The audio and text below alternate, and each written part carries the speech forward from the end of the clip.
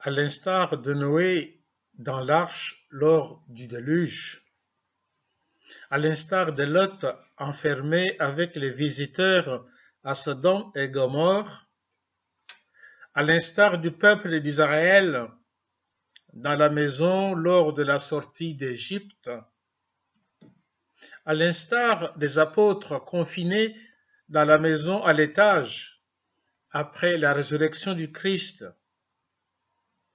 Ah, qu'il est bon, qu'il est agréable pour des frères d'être ensemble. À vous tous, où que vous soyez, grâce et paix vous sont données au nom du Père, du Fils et du Saint-Esprit, un seul Dieu éternellement béni de nous.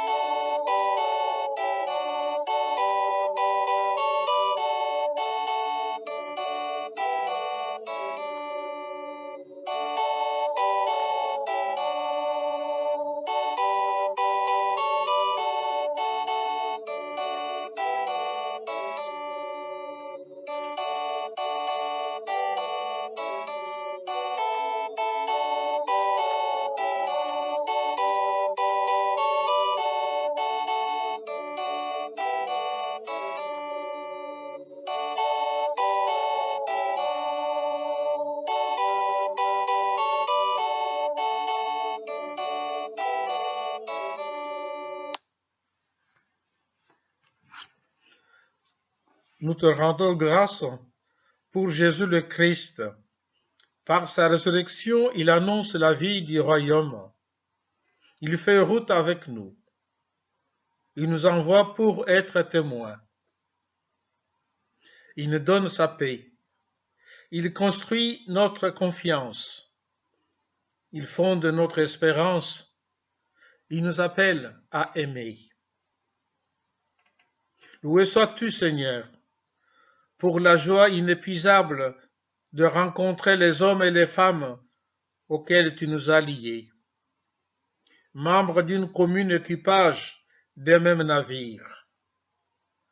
Tu veux tisser nos vies en une seule trame, bataillant ensemble pour les récoltes de la terre et pour ton avènement. Compagnons d'une même aventure ici-bas, héritiers du même royaume pour l'éternité. Loué sois-tu pour ce double présent, cadeau royal de ton unique amour. Oui, il est doux, il est beau de te louer, Seigneur. Amen. Avant de lire les Écritures, nous faisons silence. Notre Dieu, notre Père, tu nous as donné rendez-vous dans ta parole. Ta parole est comme du pain. Donne-nous d'accompagner avec elle les moments si divers de nos vies, comme le pain accompagne les plats si variés de la table.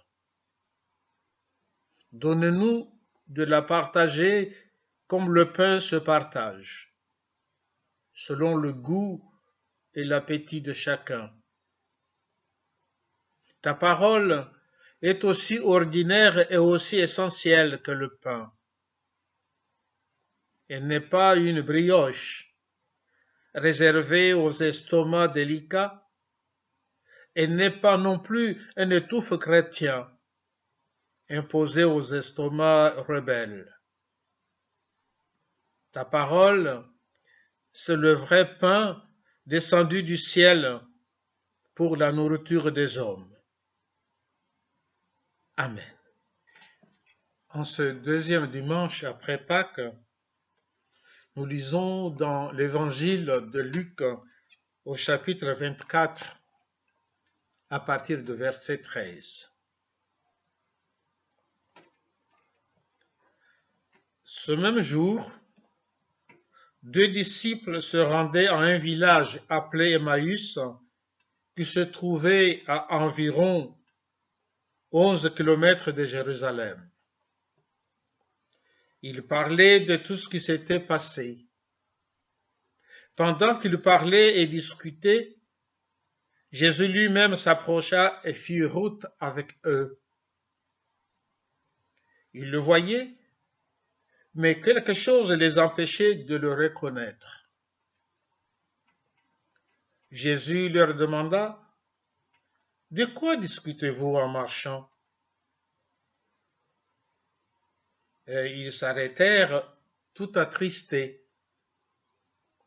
L'un d'eux, appelé Cléopas, lui dit, « Es-tu le seul habitant de Jérusalem qui ne connaissent pas les événements qui s'y sont passés ces derniers jours? » « Quels événements ?» leur demanda-t-il. Ils lui répondirent, « Ce qui arrivait à Jésus de Nazareth. C'était un prophète puissant. Il l'a montré par ses œuvres et ses paroles devant Dieu et devant tout le peuple. Les chefs de nos prêtres et nos dirigeants l'ont livré pour le faire condamner à mort et l'ont cloué sur une croix. Nous avions l'espoir qu'il était celui qui devait délivrer Israël. Mais en plus de tout cela, c'est aujourd'hui le 3e jour depuis que ces événements se sont passés. Quelques femmes de notre groupe nous ont étonnés. Il est vrai. Elles se sont rendues tôt ce matin au tombeau, mais n'ont pas trouvé son corps. Elles sont revenues nous raconter que des anges leur sont apparus et leur ont déclaré qu'il est vivant. Quelques-uns de nos compagnons sont allés au tombeau et ont trouvé tout comme les femmes l'avaient dit. Mais lui, ils ne l'ont pas vu. Alors Jésus leur dit, « Hommes sans intelligence, que vous êtes lents à croire tout ce qu'ont annoncé les prophètes. Ne fallait-il pas que le Messie souffre ainsi avant d'entrer dans sa gloire ?» Puis il leur expliqua ce qui était dit à son sujet dans l'ensemble des Écritures, en commençant par les livres de Moïse et en continuant par tous les livres des prophètes. Quand ils arrivèrent près du village où ils se rendaient, Jésus fit comme s'il voulait aller plus loin. Mais ils le retinrent en disant, « Restez avec nous. Le jour baisse déjà et la nuit approche. » Il entra donc pour rester avec eux. Il se mit à table avec eux, prit le pain et remercia Dieu, puis il rompit le pain et le leur donna. Alors leurs yeux s'ouvrirent et ils le reconnurent, mais il disparut de devant eux. Ils se dirent l'un à l'autre, n'y avait-il pas comme un feu qui brûle? N'y avait-il pas comme un feu qui brûlait au-dedans de nous quand il nous parlait en chemin et nous expliquait les Écritures? Ils se levèrent aussitôt et retournèrent à Jérusalem. Ils y trouvèrent les 11 disciples réunis avec leurs compagnons, qui disaient, le Seigneur est vraiment ressuscité. Simon l'a vu. Et eux-mêmes leur racontèrent ce qui s'était passé en chemin et comment ils avaient reconnu Jésus au moment où il rompait le pain. Seigneur, ta parole est la vérité, sanctifie-nous par la vérité. Amen.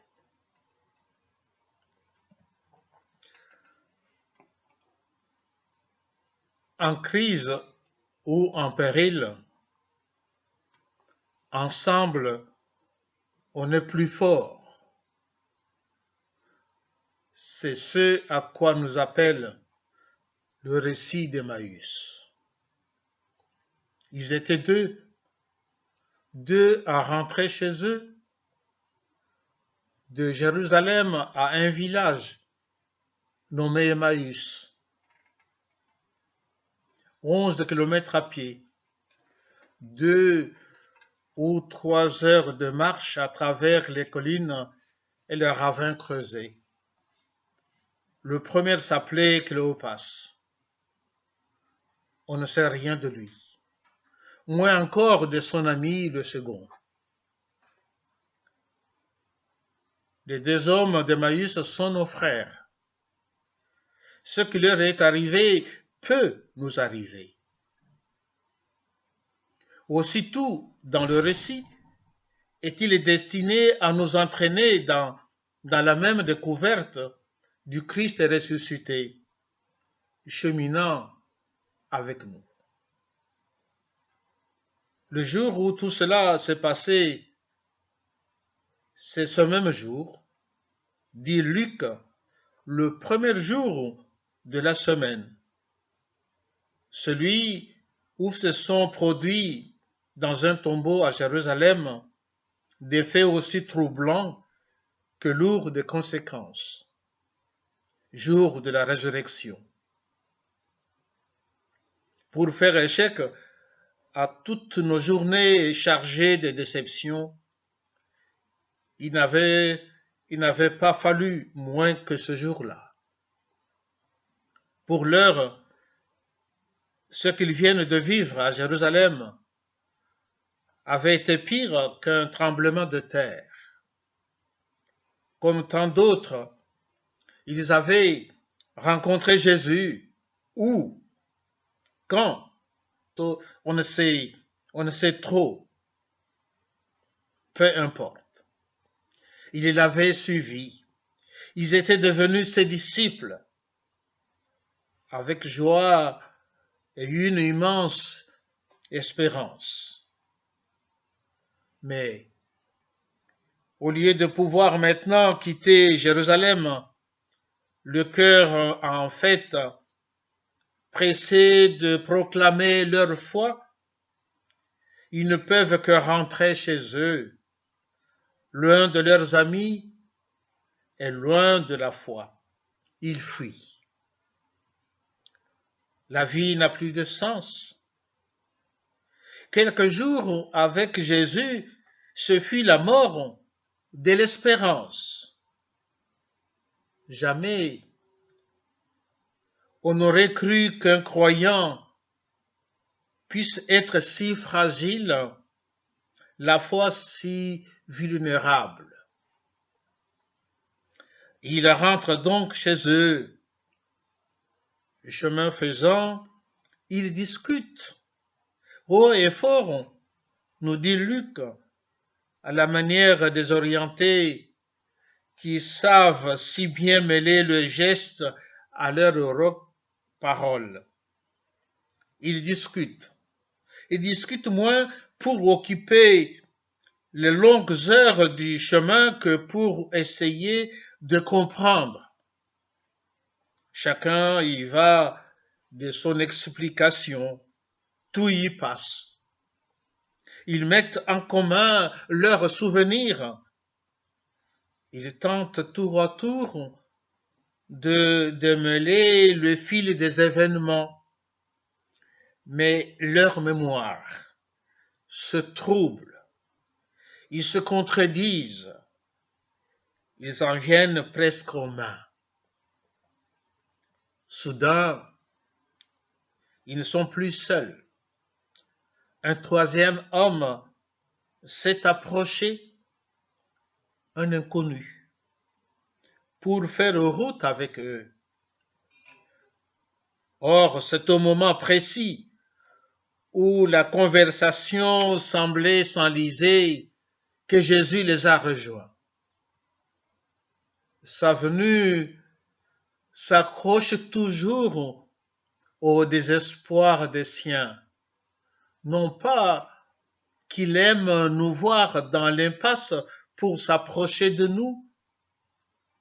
Disons que lorsque nous y sommes, c'est alors qu'il vient à nous, qu'il vient à notre secours, spontanément, sans que nous ayons eu besoin de l'appeler. Sa venue, chers amis, est subtile. Les disciples voient bien que quelqu'un est avec eux, mais ils ne savent pas qui c'est. Leurs yeux étaient empêchés de le reconnaître, non pas de le voir, de le reconnaître. On s'est souvent demandé le pourquoi de tels empêchements. Question légitime, car on se trouve là, au cœur de la situation des disciples et des croyants de tous les siècles, qui ne parviennent jamais à reconnaître le ressuscité en chemin avec eux.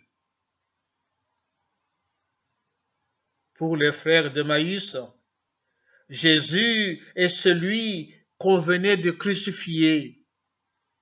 Il est donc le disparu, non le vivant. Comment donc pourrait-il être là maintenant, cheminant avec eux? Question lancinante, qui n'aurait jamais fini de labourer l'existence des chrétiens. On va, on vient, on s'adonne à la lecture des Écritures, on prie, on célèbre les cultes, on porte secours aux pauvres. La vie chrétienne déborde d'activités.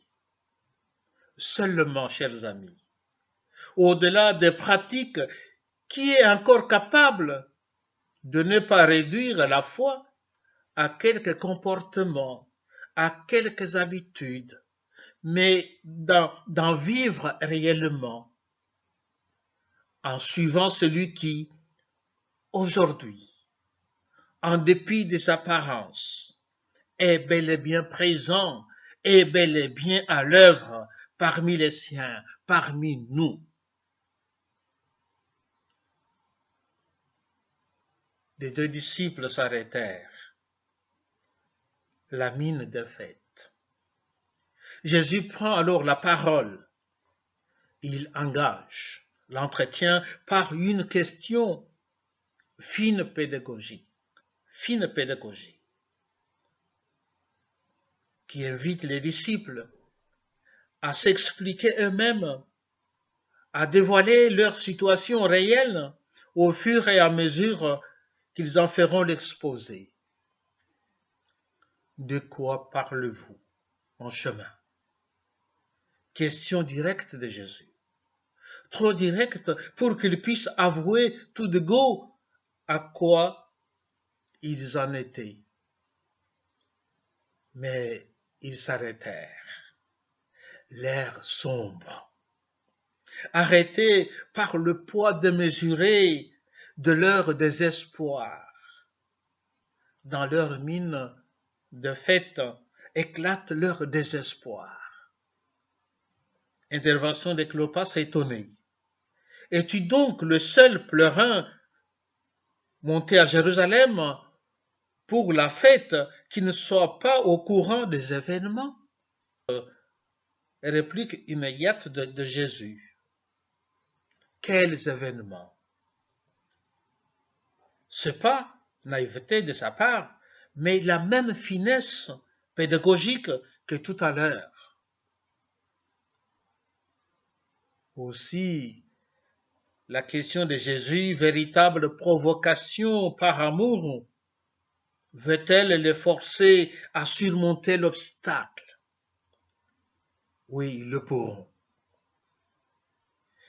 Même que Cléopas ne répond plus seul, ils vont désormais parler les deux ensemble, à l'unisson, lueur d'espérance. Maintenant qu'ils se trouvent acculés par l'interpellation de l'inconnu, ils ne peuvent que faire front commun.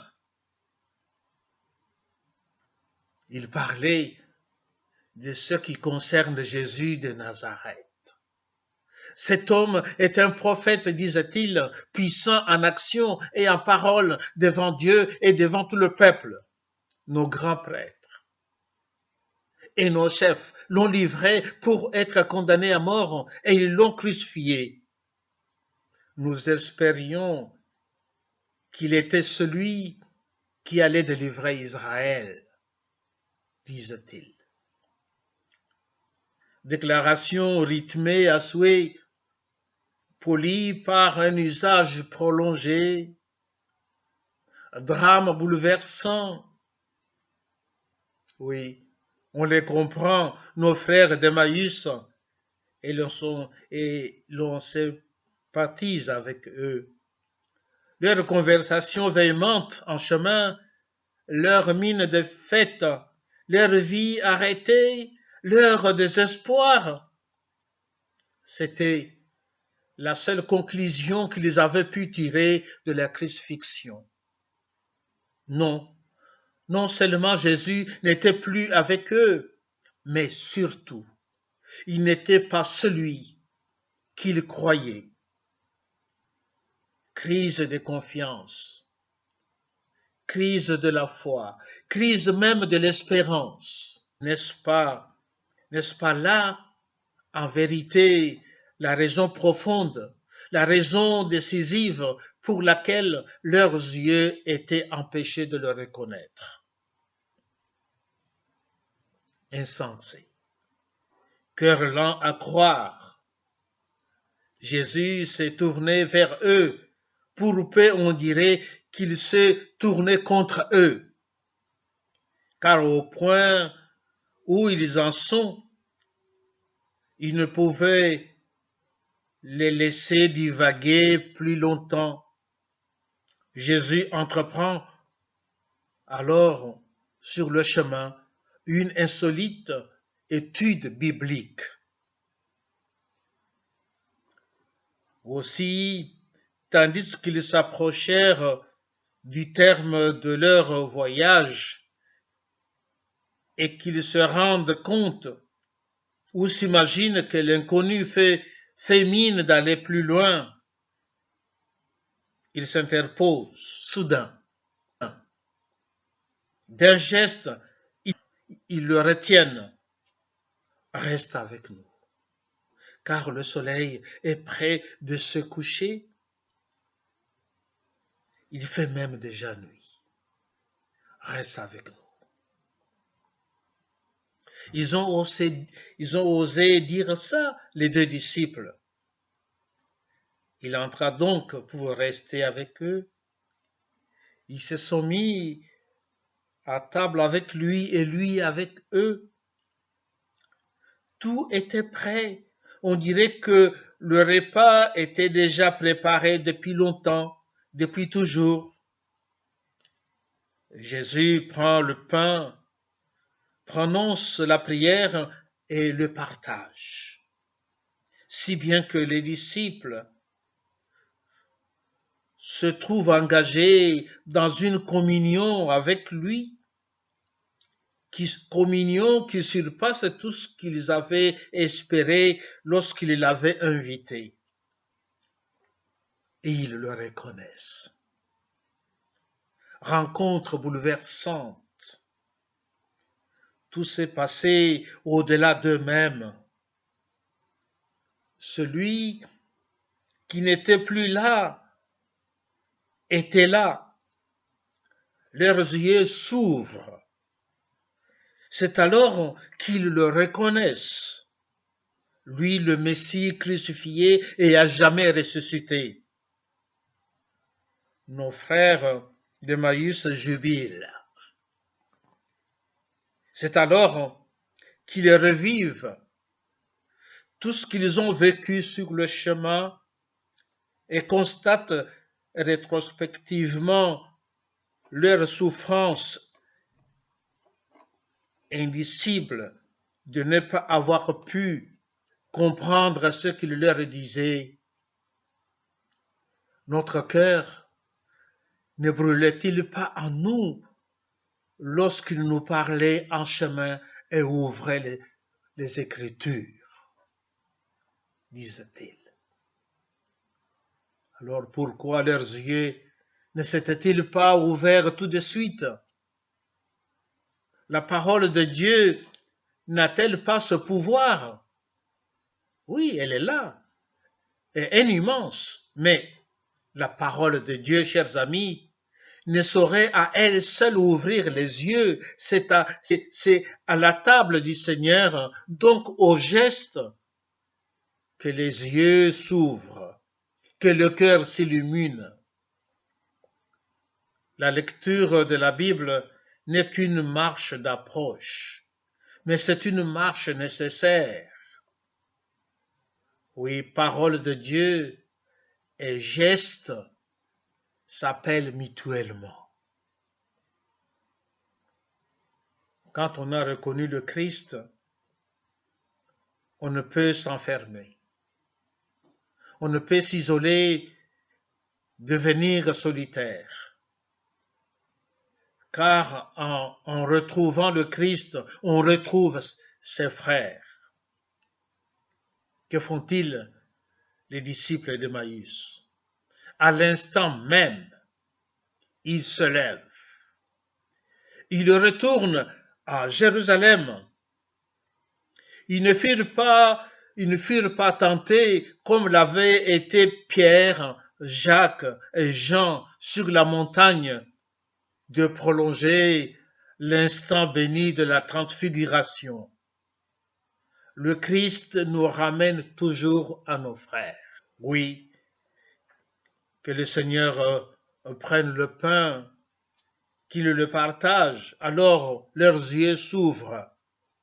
Mais leurs jambes aussi se détendent, leurs mains se délient, s'ouvrent, leurs lèvres se desserrent. Ils s'en vont retrouver leurs frères, apprendre et reprendre place dans la communauté, en dépit de leur velléité constante de la fuir. Ils se mettent à distribuer le pain aux pauvres, en dépit de leurs maigres ressources. Ils se sentent capables de proclamer la parole avec assurance, en dépit de résistance et de refus si souvent rencontrés. Enfin, chers amis, frères et sœurs, il chemine avec nous, le Seigneur ressuscité. Tous les jours, en toutes circonstances, nos frères d'Emmaüs en ont fait l'expérience. Ils étaient désespérés, mais ils n'avaient pas baissé les bras. C'est dire que le Seigneur ressuscité s'approche de nous à l'instant de nos pires désarrois, à l'heure où l'espérance que nous avions mise en lui est en train de voler en éclats. Il nous rejoint sur nos chemins de la croix. Et là, patiemment, il nous accompagne. Il nous accompagne, oui. Aventure des disciples d'Emmaüs a eu lieu pour être l'aventure de tous les croyants, de tous les chrétiens, notre aventure. Amen.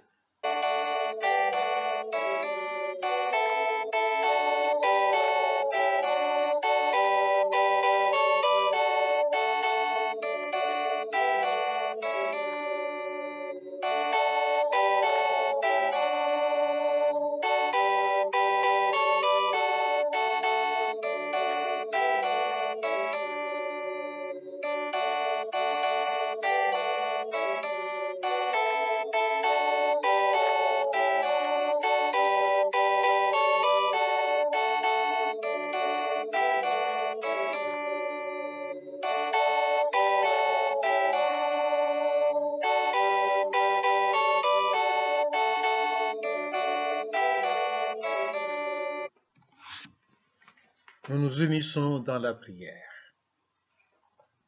Seigneur notre Dieu et notre Père, nous avons du mal à supporter qu'il ne suffise pas de dire pour que cela soit, ni de bénir pour que cela dure, ni de maudire pour que cela cesse. Nous avons du mal à supporter, comme ton Fils l'a fait dans sa vie et dans sa mort, jusqu'à ce que ta résurrection réponde à sa passion et à sa patience. Seigneur, lorsque nous pensons en notre vie, nous sommes bien obligés de reconnaître que nous ne sommes pas des héros de la foi. Pourtant, tu veux bien te servir de nous. Tu veux bien que nous soyons tes ambassadeurs et allions à la rencontre des autres. Accorde-nous, en ce temps de Pâques, la conviction que la rencontre avec le ressuscité est possible et que le vivant veut nous entraîner dans ton mouvement d'amour vers les hommes et les femmes. Seigneur crucifié et ressuscité, apprends-nous à affronter les luttes de la vie quotidienne, ainsi à vivre dans une plus grande plénitude. Tu as humblement et patiemment accueilli les échecs de la vie humaine comme les souffrances de la crucifixion. Alors les peines et les luttes que nous apportent chaque jour, aide-nous à les vivre comme des occasions de grandir et de mieux te ressembler. Rends-nous capables de les affronter patiemment et bravement, pleins de confiance en ton soutien. Que rien désormais ne nous fasse souffrir et pleurer au point d'en oublier la joie de la résurrection. Tu es le soleil de l'amour du Père, tu es l'espérance du bonheur éternel, tu es le feu de l'amour embrasé. Que ta joie, ô Jésus, soit force en nous et qu'elle soit entre nous lien de paix, d'unité et d'amour.